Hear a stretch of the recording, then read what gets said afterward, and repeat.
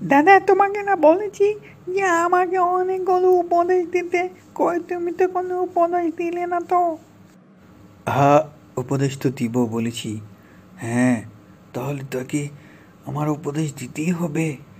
হ্যাঁ অবশ্যই আপনাকে দিতে হবে। তাহলে শোন, যারা চাওয়া মাত্র সব হাতের নাগালে পায় তারা প্রকৃত অর্থে সুখী নয়।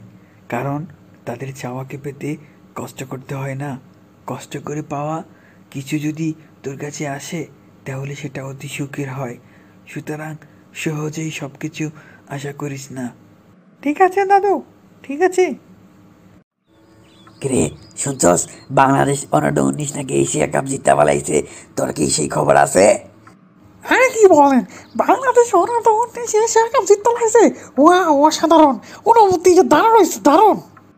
আপনারা কি বলেছেন ধন্যবাদ দেব, সেই সব ভাষাটা আবার নাই। বাংলাদেশ জিততে লাগছে, অনেক কিছু ধন্যবাদ, অভিনন্দন বাংলাদেশ ক্রিকেট টিমকে। আসসালামু আলাইকুম, may I come in sir? ওয়ালাইকুম আসসালাম। হ্যাঁ, ভিতরে আসো, ভিতরে আসো। হ্যাঁ, তুমি সোফায় বসতে পারো। তারপর বলো, তোমার দিনকাল কেমন চলতেছে? জি আলহামদুলিল্লাহ, ভালো চলতেছে। মাশাআল্লাহ, শুনে অনেক খুশি হলাম। জি আলহামদুলিল্লাহ, আমিও অনেক খুশি হয়েছি। অনেকদিন পর তোমার সাথে দেখা হয়, অনেক ভালো লাগলো। জি আলহামদুলিল্লাহ, আমারও অনেক ভালো লাগতেছে। তো শুনলাম তুমি নাকি ইন্টারভিউ দিতে যাচ্ছ। তুমি বাংলাদেশ সম্বন্ধে অনেক পড়াশোনা করেছো, তো তোমাকে কিছু প্রশ্ন করে জিজ্ঞেস করতে পারি? জি নিশ্চয়ই পারেন। তাহলে বলো তো, বাংলাদেশ বর্তমান সরকারের নাম কি? অনেক সহজ, ডক্টর মোহাম্মদ ইউনূস। হ্যাঁ, তুমি পড়তে পেরেছো। তোমাকে নতুন করে আরও একটি প্রশ্ন করি, বলো তো, বাংলাদেশের মহান বিজয় দিবস কত তারিখে? 16ই ডিসেম্বর, বাংলাদেশের মহান বিজয় দিবস। ঠিক আছে, এখন তো পেরে গেছো। আজকে সহজ প্রশ্ন করলাম, তো আগামীকাল থেকে তোমাকে অনেক কঠিন কঠিন প্রশ্ন করা হবে। তুমি প্রস্তুতি নিয়ে রাখবা।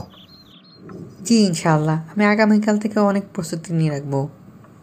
তো বন্ধুরা, এই ফাঁক দিয়ে তোমরা আমাদের চ্যানেলটিকে সাবস্ক্রাইব করে নাও, ফেসবুক পেজটিকে ফলো করে নাও। তো নতুন নতুন ভিডিও পেতে তোমাদের সহযোগী হবে বেল আইকন প্রেস করে রাখবা। ধন্যবাদ সবাইকে।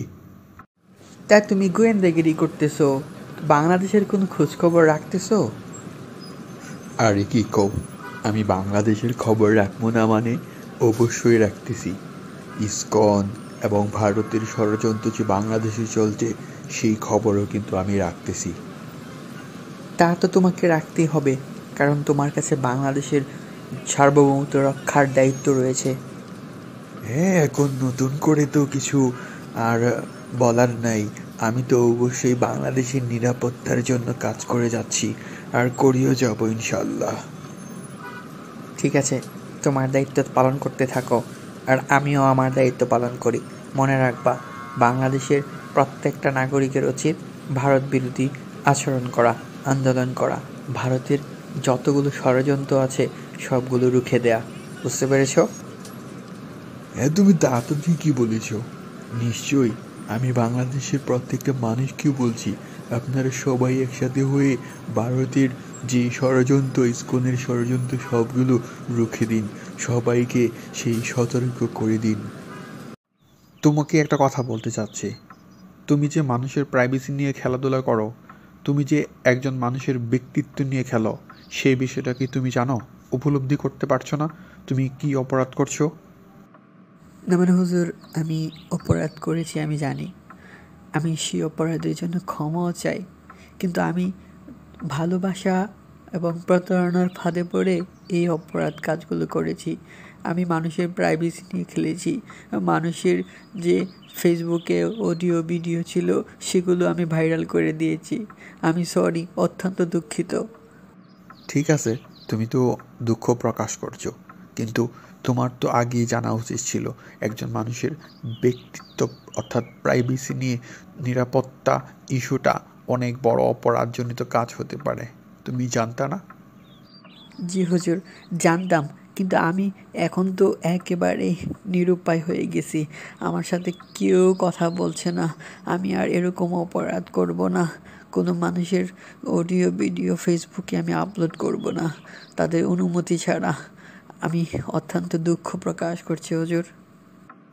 Very good. এই সিদ্ধান্তটা আমি খুব ভালোভাবে নিয়েছি। তুমি আগামী দিন থেকে তুমি তোমার জীবনের সৌন্দর্য উপভোগ করতে থাকবা। তুমি এরকম অপরাধ আর ভবিষ্যতে করবা না, এবং যে অপরাধ করেছো তার জন্য অধীর আগ্রহে অনুশোচনা করবা এবং আল্লাহর কাছে ক্ষমা চাইবা, এবং যার সাথে এই অন্যায় অবিচারগুলো করেছো তার কাছে ক্ষমা চাইবা। ঠিক আছে? জি হুজুর, আচ্ছা ঠিক আছে, এরকম অপরাধ আর কখনোই করব না। আল্লাহ আপনাকে হেফাজত করুন, আমাকেও হেদায়েত দান করে হেফাজত করুন, দুনিয়া এবং আখিরাতে কল্যাণ দিক। মাশাআল্লাহ, খুব চমৎকার দোয়া পড়তে পেরেছো। সেই দোয়াটা আমিও করি, দুনিয়াতে এবং আখিরাতে আল্লাহ যেন আমাদেরকে কল্যাণ দান করেন। ধন্যবাদ সবাইকে। আপনারাও জেনে রাখুন মানুষজন। গাছের পাতা সবুজ, গাছের পাতা সবুজ, গাছের পাতা সবুজ, গাছের পাতা সবুজ। কি ব্যাপার? কখন থেকে দেখে যাচ্ছি তুমি গাছের পাতা সবুজ এগুলো পড়ে যাচ্ছ। কি হয়েছে তোমার? গাছের পাতা সবুজ, গাছের পাতা সবুজ। না স্যার, কথা হচ্ছে কি, আগামীকাল তো পড়া, এই জন্য পড়া মুখস্থ করছি। বাহ, বড় অদ্ভুত পড়া তোমার। এভাবে কেউ পড়া মুখস্থ করে? আর গাছের পাতা সবুজ, এটা কি পড়া হলো কোনো? স্যার আপনি জানেন না, গাছের পাতা সবুজ পরীক্ষা হলে গিয়ে কেমন যেন সব সাদা সাদা হয়ে যায়, তাই পড়াটা শিখে রাখছি।